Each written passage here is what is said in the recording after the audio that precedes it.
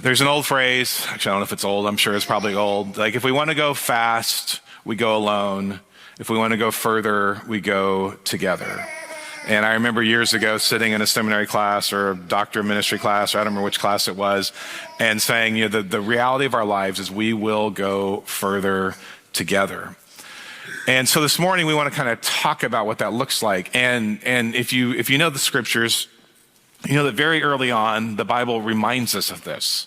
It's interesting when you read through Genesis 1.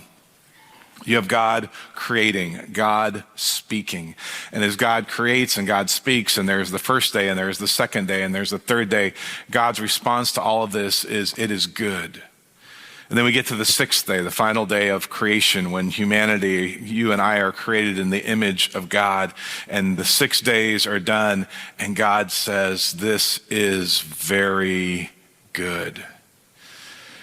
And then we get to Genesis 2, and we see about Adam, and he's placed in the garden. He's told to steward it and to care for it, and to keep the garden in place and intact, and all these job descriptions that go along with that, and what it means to be a steward. And then as you keep reading through Genesis 2, you get to this verse 18, and all of a sudden it says, and God looks, and it was not good. And you remember what the context of that is? He says, it is not good for Adam to be alone. And so scripture tells us that God creates a helper for Adam. Now, it's important to understand that Hebrew word. You all know me. The original language is matter. The word that is used there for helper is not something that is subservient. It's actually raised up to a different kind of a level, because it is the word azer, which has to do with when it is described in the scriptures, it has to do with God being our help. And so when God looks at this and he sees that Adam is alone, he says, I'm going to create a helper, but it's not subservient. It's actually one who helps to complement and to bring something else that Adam doesn't have on his own. And so from Genesis 2 on, we're hearing the story, the narrative, that we are to travel together, that we will go further together, that it is not good for us to be alone. And so this morning we want to take a look at this and the idea of how we need each other, that we're not to do life alone. And to do that, we're going to turn our attention to Galatians chapter 6. We're going to read the first 10 verses of Galatians 6. And here's what we read. Brothers and sisters, if someone is caught in a sin, you who live by the Spirit should restore that person gently. But watch yourselves, or you also may be tempted. Carry each other's burdens, and in this way you will fulfill the law of Christ. If anyone thinks they are something when they are not, they deceive themselves. Each should test their own actions. Then they can take pride in themselves alone, without comparing themselves to someone else. For each should carry their own load. Now, I want to make a comment. Can we just go back to that? Sorry. You notice that the second verse says, bear your own burdens. And then this one says, and carry your own load. Now, these are two different Greek words. Okay, and this is important. We're going to come back and talk about the one in verse 2. But the one here in verse 5, it says carry your own load. This is like a knapsack or a backpack. Okay, so it's nothing that's heavy, which is actually the word that's used in Galatians 6 too. So it's saying, hey, we all have our load to bear. Okay, so all right, then just wanted to offer a little commentary on that, because we're not going to really be taking a look at that today. We're mostly just focusing on the first two verses. But in case you were paying really close attention and you noticed that, you're like, hey, I heard the word burden in verse 2. I'm sure you all were doing. Yeah, Paul, yeah, we saw that. We noticed that. Thank you. Okay, so carrying our own load, verse 5. Okay, on to verse 6 now. Nevertheless, the one who receives instructions in the word should share all good things with their instructor. Do not be deceived. God cannot be mocked. A man reaps what he sows. Whoever sows to please their flesh, from the flesh will reap destruction. Whoever sows to please the Spirit, from the Spirit will reap eternal life. Let us not become weary in doing good, for at the proper time we will reap a harvest if we do not give up. Therefore, as we have opportunity, let us do good to all people, especially to those who belong to the family of believers. So as I said earlier, the focus we want to be on this morning is on this idea of what verse 1 talks about, which is restoring others, and then verse 2, which has to do with bearing the burdens of others, and kind of think through what exactly does that look like. Now, I want to say something here as a preliminary commentary, and that is, as Paul is writing this letter, he's writing this letter to believers. And he's saying, if you are planning to rebuke someone, if you're planning to seek to restore someone, he is doing this in the context of saying, this is one believer to another believer. Sometimes when we're talking with non-Christians, and we use kind of judgy language. I don't know if you've ever done this. You need to be very careful with this because they don't necessarily have the same value system as you have. And so when Paul's talking here, he's saying, this is a conversation from Christian to Christian. This is not you looking at someone who doesn't follow Jesus. I don't know if you ever had this happen to you. I mean, I as a pastor have this happen, and I'm talking to people and I realize their value system and their moral system is just different than mine. And so I have to approach them differently than I would a fellow believer. Are y'all with me on this? Okay, all right, good. Couldn't relate. It's a little dark out there, so I know it's a little May gray or March, whatever we got in March. I don't know what we have in March, but I just want to say that before we go on, because I think that's not what Paul is saying here. Paul is saying, look, when you are with other believers and they're going down a wrong path, there is a way to deal with them, and there's the way of restoration, and what might that actually look like? And he says we are to do that in a way that is gentle. I think about a text we looked at a couple weeks ago. John chapter 11, the raising of Lazarus. And I think we actually see Jesus modeling this idea of restoration and bearing burdens in John 11. And you may recall as the sisters, Mary and Martha, their brother Lazarus has died. Martha runs out to Jesus and she says, if you'd been here, Lord, my brother would not have died. And Jesus, what does he do? He just responds with this and he says, do you understand I'm the resurrection and the life? Like he's restoring an understanding that she needs to have of who Jesus truly is. But he does it in a gentle way. It's a theological way, but it's gentle. And then when Mary shows up, Jesus, if you'd been here, my brother would not have died. Remember how does Jesus respond to that? He weeps. And in that, he bears the burden of Mary. And I think he's showing us the balance then of kind of how we do what Galatians 6, chapter 6, verses 1 and 2 are talking about.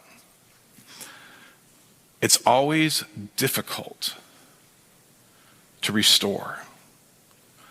And oftentimes, we have to be so careful of the condition of our own heart. And I think that's what Jesus is driving at when he describes this in Matthew chapter 7 and in the Sermon on the Mount. And he's talking about, how it is that we relate to others. He's probably talking to the Pharisees and the Sadducees, the leaders. But I think he's also talking to us of saying there are those moments when we need to come alongside others where we need to say, hey, I think you've lost your way. And can I help stand with you? Can I walk with you? Can I talk with you in the midst of this? But the cautionary note is Matthew chapter 7, verses 3 through 5, where Jesus says this, why do you look at the speck of sawdust in your brother's eye and pay no attention to the what? Plank. As I was typing out my sermon, as I was putting my sermon notes today, I had wrote the word plant instead of plank. I was like, yeah, that's not quite right. That's not quite what Jesus is saying. Why don't you pay attention to the plank in your own eye? How can you say to your brother, let me take the speck out of your eye when all the time there is a plank in your own eye? You hypocrite, first take the plank out of your own eye, and then you will see clearly to remove the speck from your brother's eye. Restoration. Coming alongside others, but we need to do it gently and kindly, and recognizing that we are prone to having planks in our own eyes. It's very easy for that to happen. The way I try to guard against this in my own personal life, I don't always succeed in this. But I try to ask myself the question when I'm dealing with something that's difficult or something that's a struggle. I try to ask myself this question, could I actually be wrong? Could I be wrong? I'm never wrong, so I don't know why I bother asking myself that question. But it's a good habit, because I think sometimes we get so caught up in our thing and so caught up in our thinking and everything else that there's never this thought of like, you know what? I may not be looking at this exactly right. I may have a blind spot. And Lord, if I do, I need you to show that to me. Because most of us in this room have been driving a long time. And the reality is we have blind spots. Like, there are accidents oftentimes because there's a blind spot. And so the Apostle Paul, as he's describing this, he is saying, we need to do this gently. We need to be aware. Henry Nouwen talks about, he had this idea of the wounded healer. And he said, wounded healers are the best because they've been broken, but they know how to come alongside others because of their brokenness. And so he argues that hurt people can either hurt other people, or they can help other people. And I believe our calling as followers of Jesus is to walk alongside others and to help them, to restore them. One more thing on this idea of restoration, and maybe this is a more helpful image than anything else I've said the last 5 or 6 minutes while I've been talking about this. The word there that is used for restoration has to do with the mending of fish nets, of putting things back to there. It's actually also used of the setting of a broken bone that must be done carefully in order to bring healing. It's interesting that at the very end of Galatians chapter 5, the Apostle Paul has been talking about the fruit of the Spirit, kind of leading right into this Galatians chapter 6 of how is it that we restore one another. And you all have the fruit of the Spirit memorized, right? Fruit of the Spirit is love, joy, peace, patience, kindness, goodness, faithfulness, gentleness, and self-control. Now, here's my expectation. Y'all know I'm going on sabbatical in a couple of weeks now. While I am gone, our guest preachers are going to be preaching on the fruit of the Spirit. And one of the things my sabbatical subcommittee asked me to do was to figure out, is there a way that I can participate with you all, even though I'm not going to be with you all? And so during those sermons, we are going to be offering you a journal to follow along. We have them ready. We're not going to hand them out today because we know by April 12th, you will completely misplace them. But this is what it's going to use a process called Lectio Divina, which is having you reflect on a very short passage that the preachers will be preaching on, and then just spending time with it and thinking through, what does this passage say to me? And so while you all are doing that, I'm also going to be doing that. And so I'm excited about that, because I think what we really want to be is a church that reflects the fruit of the Spirit. I'm not sure when we're going to start handing these out. I'm even afraid to hand them out next week, but we'll make some sort of executive decision this week. And but I hope you'll be able to participate in that with us. Second part of this text of what we're looking at today is then, how do we bear burdens? Because this is the hard stuff. And as I said earlier, that word for load in verse 5 of Galatians 6 is different than the word burden. That word burden is, the understanding behind it is that which is too heavy to carry alone. And it's something that you have to carry for a long distance. And it goes back to this idea of saying, we're not built to do life alone. One of the images I like from the Old Testament that gets at this story, or this idea of caring for one another, walking beside one another, holding one another up, is the story of Moses. And there's this, I love how Scripture just teaches us things. I think they're telling the narrative of the people of Israel being involved in a battle with the Amalekites. And Moses is there, he's leading the people toward the promised land. And this is what we read. This is Exodus chapter 17, verse 8. The Amalekites came and attacked the Israelites at Rephidim. And Moses said to Joshua, choose some of our men and go out and fight the Amalekites. Tomorrow I will stand on top of the hill with the staff of God in my hands. Okay, so you've got the image, right? They're getting ready to go out to battle. Moses is going to go out to the top of the hill. I guess I should have brought a staff out this morning and to really drive this point home. He's up there and he's holding his arms up. And he's holding his arms up. And he's holding his arms up. And then we keep reading. So Joshua fought the Amalekites as Moses had ordered, and Moses, Aaron, and Hur went to the top of the hill. As long as Moses held up his hands, the Israelites were winning. But whenever he lowered his hands, the Amalekites were winning. When Moses' hands grew tired, they took a stone and put it under him, and he sat on it. And Aaron and Hur held his hands up, one on one side, one on the other, so that his hands remained steady until sunset. And guess who won the battle? Moses and the Israelites. But this image to me has stuck with me since I first heard this story. The battle could not be won without Moses keeping his arms up. But what happens? Well, I don't have 30 minutes to stand here like this today to show you what is going to happen, but I suspect you understand what happens. Because after a while, your arms grow weary and you're tired and you can no longer hold up your arms and your staff. And so what do Aaron and Hur do? They bring a stone. They tell Moses to sit on it. And they hold his arms up. Moses had to make a decision in that moment. Would he let someone else hold up his arms or not? I mean, this is Moses. Come on, people. I mean, this is the guy. I mean, he's one of the guys in the whole of the Old Testament. He has the burning bush experience. God speaks to him. God says, don't come any closer. You're standing on holy ground. He has this encounter with God at Mount Sinai, like all these incredible sorts of things. And what's the lesson that God's teaching Moses in that moment? You cannot do it alone. You are not self-sufficient. I know I won't say we. I know many of us, including myself, like to think that we are self-sufficient. We don't really feel like we need anybody else's help. Not because we're necessarily smarter, not because we're necessarily faster. We just don't want to really admit that we cannot get this thing solved on our own. And when I look at this story and I think about who Moses is, and I think about the way in which God cared for Moses, and the lesson that God's trying to teach Moses is he's saying, you cannot do this on your own. You have to decide if you will let someone else hold up your arms. And I think for us, as followers of Jesus, we need to ask ourselves that question. Am I willing to let others hold me, carry me?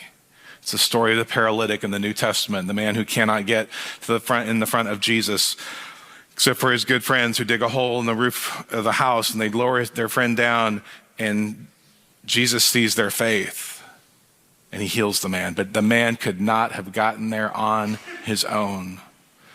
The Apostle Paul, he writes about this as well. It's a little different context, well, actually very different context.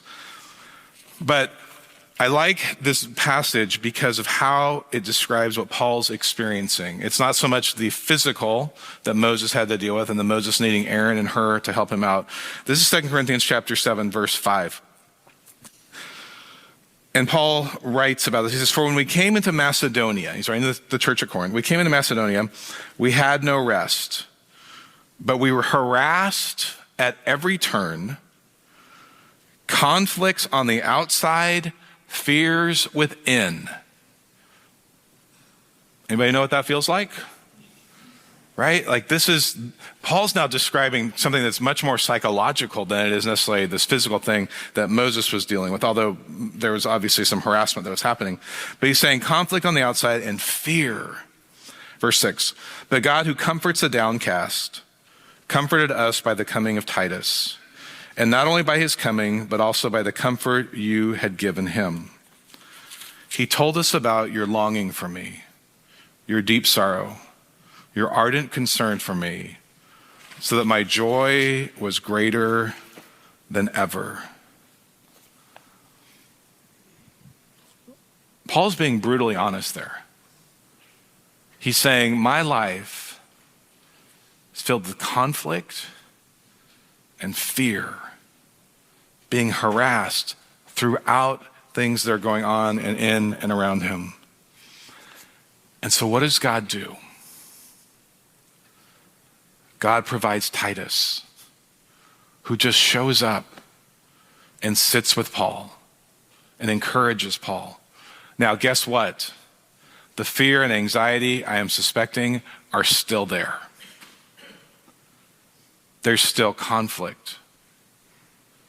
And yet Titus shows up and sits with the Apostle Paul. And Paul says, I was comforted, I was encouraged by the presence of Titus. My friends, it's pretty simple. We do need each other. We're not built to do this alone. I think that's why Genesis 2 makes it very clear that we're not made to do this alone. We ultimately need God, but sometimes in our reliance upon God, God sends others to come alongside us, to bring healing and hope and restoration, to bear the burdens, and in doing so, fulfill the law of Christ. I pray this for our church. I pray that when we walk out of these doors, we say, Lord, open my eyes. Who do I see that I can come alongside? Who can I be a friend to? Who can I love well? I've watched you all do this in the years that I've been here, and it's such a gift. But as the Apostle Paul says, we have to keep going. We have to keep doing that good. So let us not, as the Apostle Paul says, grow weary in doing good, but let us continue to seek out those who are broken, those who are hurting, and walk beside them and show them God's love and God's grace. 2 questions for you as we wrap up this morning. First one is this: is there a place in your life where you're trying to go it alone? And I had that question ended right there, and then I thought, well, you just name it and then you don't have to do anything about it. So it's not really a good question. And so then the second part of that is, and what can you do about that? Where are you trying to go alone? And who might be able to help you navigate that? Second one is this: who has held up your arms in the past? And this is what I was just talking about. Is there someone whom God might be calling you to help hold up this week? Where are you trying to go alone? Who can you help hold up this week?